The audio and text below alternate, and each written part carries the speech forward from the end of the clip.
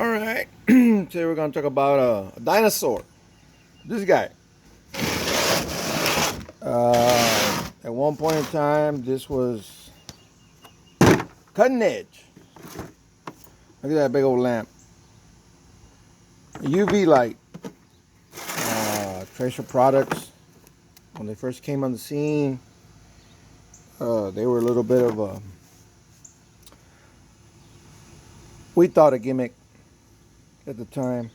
Of course, tracer or dye detection now has become kind of like a fad. It kind of came.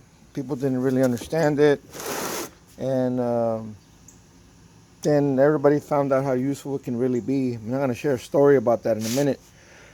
And then now it's kind of like it's back to a tool that seems to kind of sort of be, other than AC, doesn't really have a place or doesn't seem to be as useful. Um, this one right here is for coolant. And they make all kinds of dyes: engine oil, AC, fuel, diesel, gasoline, whatever. And this story right here is going to be about a case study. Now these days, most engines are common rail, which means they high pressure common rail, which it's a different thing. The old days we used to have a externally mounted pump with lines that went to the injectors, and then came the MUs and the Hueys and the MUEs and all those other systems. One of these days we'll get into all that other stuff, MUE, Huey, and different types, and of course Bosch. But anyway, we're going to try to stay on the story. We had a situation where, oh, by the way, also here's a little tech tip. We had a customer that two stories. We had one where the customer called us out and he said, "Hey, my hoses are swelling, my radiator hose." And what wasn't funny was we got called out at night, which is what we run. We get out to the truck stop and we look, and sure enough, man, his heater hoses and radiator hoses, they're kind of not super swollen, but they're kind of swollen and they're real soft. I mean, and of course, this is a silicone hose, so it shouldn't be like that.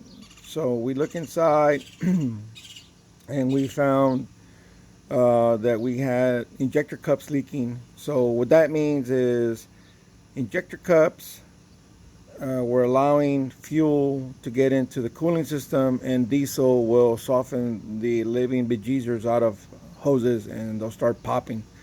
So this guy apparently was trying to make it across the country, and he had this problem, and he had pulled into one shop and they drained and flushed it, and I don't know what all they did to it. I forget now. It's been a while.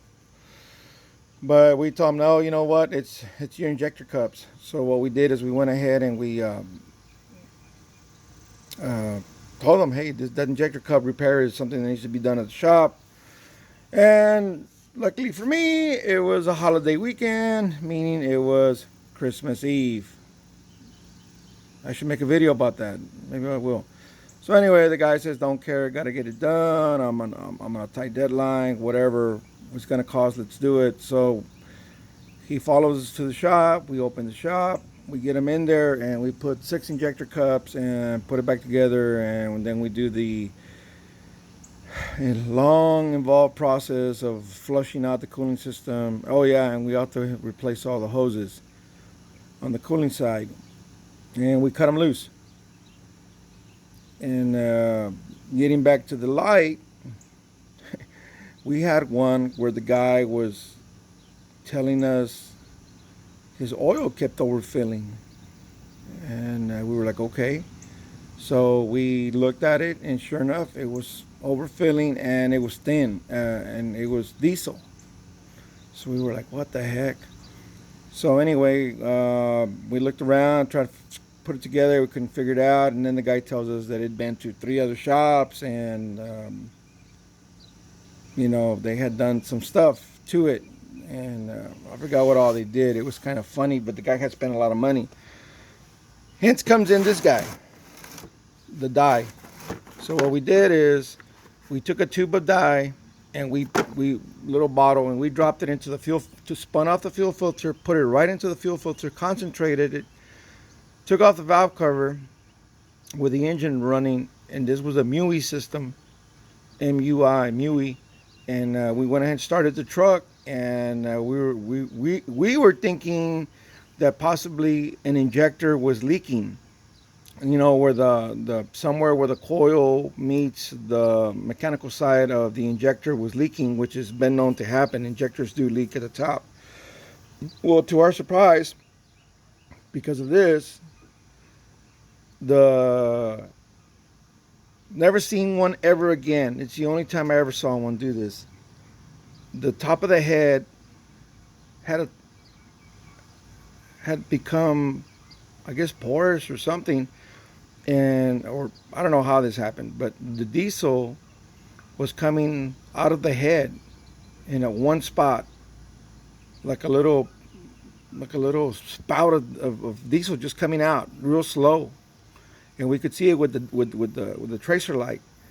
So we told the customer, and guess what, Mr. Customer, you need a brand new cylinder head, and here's proof positive. Digital camera, take a picture, save it, and we attached it to his work order. And we told him, he left, and about 2 weeks later he came back, and we put a whole new engine. He just said, screw it, it's got a lot of miles. Hey, anyway, thanks a lot. Hey, if you don't have one of these, not this dinosaur, but if you don't have one of these tools, add it to your collection. Add it, that and a smoke machine. Oh my God, can't tell you how valuable these tools are. Don't use them a whole lot, but when you reach for them, just like that last story I shared with you, the only, well, not the only, one of the quickest, best ways to find oddball problems like that. Because remember, don't think everything's going to be just like the job you did before. Hey, thanks for watching. I really appreciate it.